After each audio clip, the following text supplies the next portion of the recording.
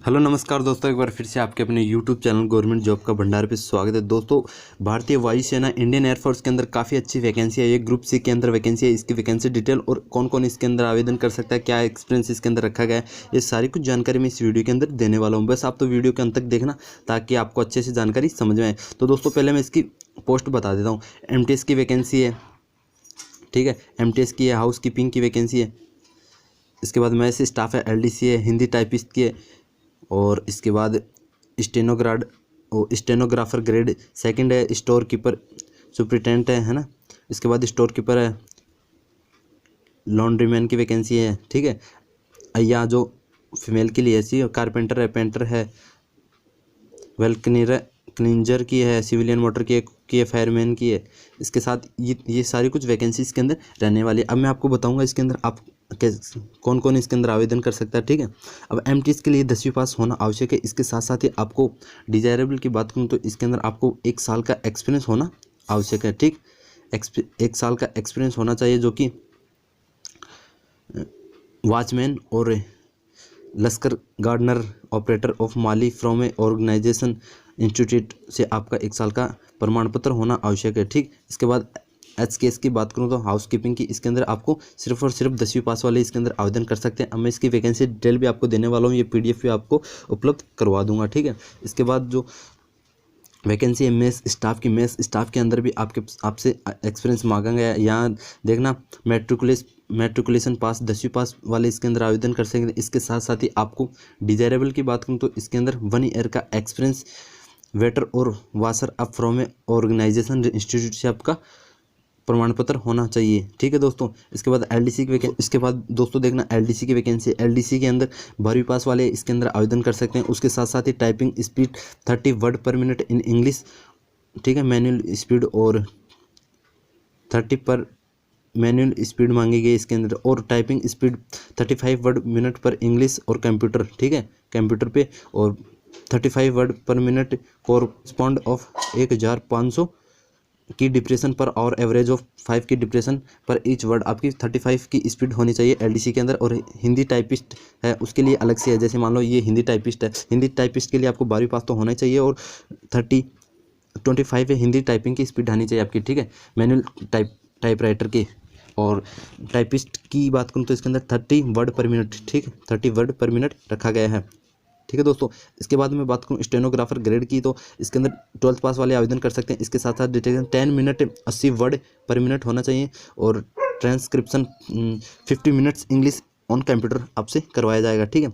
अब स्टोर की बात करूँ तो स्टोर के अंदर आपको ग्रेजुएट ए रिकॉग्नाइज यूनिवर्सिटी, ठीक है, डिजायरेबल की experience in handling store and keeping accounts in store a consent, जो भी अकाउंट से संबंधित है बंदा, ठीक है। कॉमर्स वाले भी इसके अंदर आवेदन कर सकते हैं, और जिसको अकाउंट्स का नॉलेज है वो भी इसके अंदर आवेदन कर सकते हैं, ठीक है। स्टोर के अंदर स्टोर कीपर के अंदर 12वीं पास चाहिए, जो कि इस 12वीं पास वाले आवेदन कर सकते हैं। और इसके साथ साथ ही एक्सपीरियंस की बात करूँ तो उनको अकाउंट्स कीपिंग तो दोस्तों ये कॉमर्स वालों के लिए ही है, ठीक है। तो report in a public private sector, आप कहीं भी काम किए हो, इस चीज़ का आपको एक्सपीरियंस इसके अंदर डालना है, ठीक है। लॉन्ड्री मैन की बात करूँ तो 10th वाले इसके अंदर आवेदन कर सकते हैं। और एक्सपीरियंस की बात करूँ तो एक्सपीरियंस आपका धोबी का होना चाहिए फ्रॉम ए रिकॉग्नाइज इंस्टीट्यूट। आप ये जो सर्टिफिकेट धोबी वगैरह की आप ये कहीं भी इंस्टीट्यूट से बनवा भी सकते हैं, ठीक है, वैसे।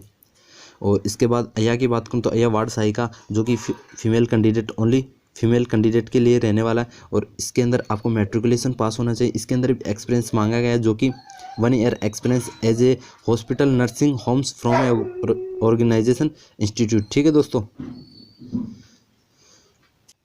इसके बाद देखना दोस्तों, कारपेंटर की वैकेंसी है। कारपेंटर के अंदर 10वीं पास मांगा गया। इसके साथ साथ ही आपको एक्सपीरियंस भी इसके अंदर रखा गया है। इंडस्ट्रियल ट्रेनिंग इंस्टीट्यूट, आपको ITI सर्टिफिकेट इन अप्रोक्स, ठीक है, आपके पास ITI होना चाहिए। Field trade carpenter ex serviceman from approved trade wise carpenter riser, ठीक है। इसके बाद पेंटर की बात करूँ तो पेंटर के अंदर मैट्रिकुलेशन पास, ठीक। इसके साथ साथ इंडस्ट्रियल ट्रेनिंग इंस्टीट्यूट, आपके पास इसको ITI होना आवश्यक है, जो कि इस फील्ड से संबंधित है। जैसे ये पेंटर है तो पेंटर का काम उसको आना चाहिए, ठीक।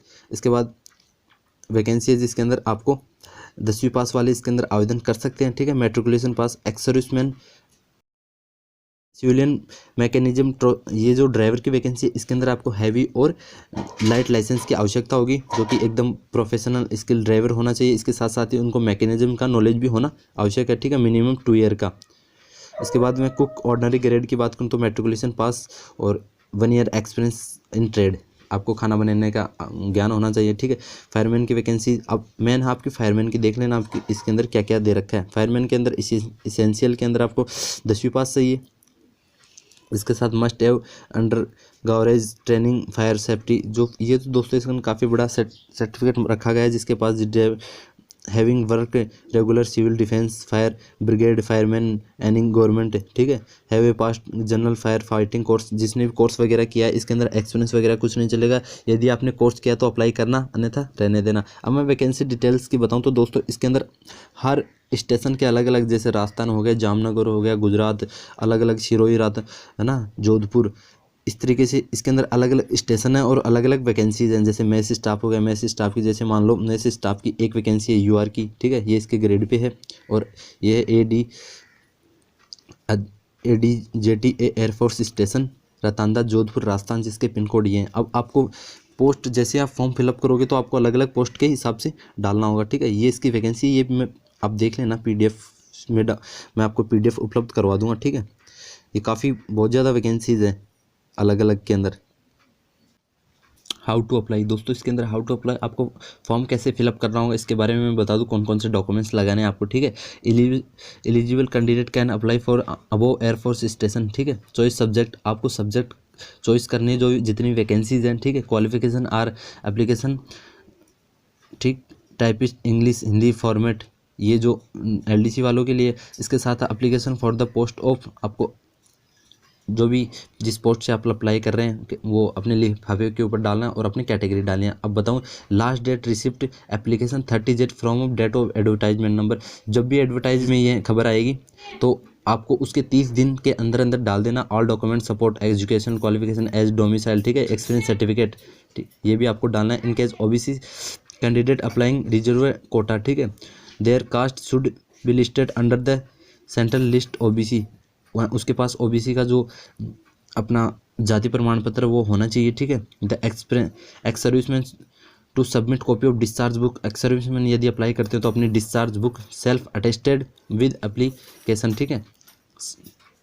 इसके साथ ही the selected ESM ex serviceman will be adjust against the respective category wise, ठीक है, SC ST OBC UR, जो अपनी कैटेगरी भी डालनी होगी, ठीक है, उनको एक्स सर्विसमैन वालों को। इसके साथ साथ ही इसके अंदर किस किस कैटेगरी की, जैसे UR कैटेगरी है, SC है, ST है, OBC इकोनॉमिक वेकर सेक्शन है, PH कैटेगरी भी है इसके अंदर, और ESM भी है, ठीक है। अब एज रिलैक्सेशन की बात करूँ तो इसके अंदर 3 ईयर का OBC को, 5 ईयर का SC ST को, 10 ईयर का candidate belonging to physical handicapped, जो भी PH कैटेगरी का उसके लिए additional 5 year in case of physically handicapped belonging to SC ST से कोई कैंडिडेट यदि PH कैटेगरी में है तो उसको एक्स्ट्रा दिए जाएंगे 5 ईयर अपने नॉर्मल एज रिलैक्सेशन से। एक्स सर्विसमैन को भी इसके अंदर दे रखा है, ex serviceman who can have rendered not less 6 month, ठीक है, आर्मर्ड फोर्सेस सेल बी प्रीड, ये एक्स सर्विसमैन वालों के। अब मैं आपको मोटे मोटे तौर पे बता देता हूँ।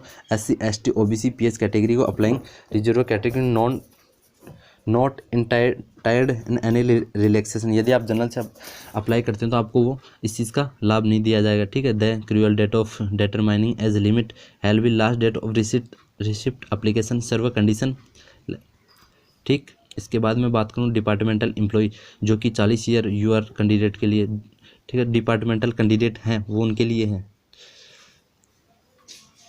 तो दोस्तों मैं बता देता हूँ आपको, आपका जो सिलेक्शन प्रोसेस है वो किस आधार पे रहने वाला, अपना रिटन टेस्ट के ऊपर रहने वाला, ठीक है। रिटन टेस्ट हो गया, thereafter will educational qualification, ठीक। इसके बाद जो आपको क्वेश्चन पेपर देना होगा वो हिंदी इंग्लिश दोनों भी दे सकते हैं, ठीक है। Requisite number candidate will be short listed called in skill practical physical and, आपको शॉर्टलिस्ट किया जाएगा अपनी कैटेगरी के हिसाब से, यदि ज़्यादा आवेदन पहुँच जाते हैं तो, ठीक है। उसके बाद जो मेरिट बनेगी कैटेगरी इन रिटन टेस्ट, ठीक है। Short listed candidate are bring the original certificate copies which were annexed with application, ठीक है। ADC ADGCO ADJT of respective AF station, जितने भी AF स्टेशन है जैसे जोधपुर में, जामनगर में, बहुत से आप PDF को देख लेना। PDF आपको मैं टेलीग्राम ग्रुप में उपलब्ध करवा दूंगा, ठीक है दोस्तों। और मैं नेक्स्ट वीडियो में बताने वाला हूँ आपको कि आपको फॉर्म कैसे भरना है, ठीक है। मिलते हैं अगले वीडियो में। जय हिंद, जय भारत।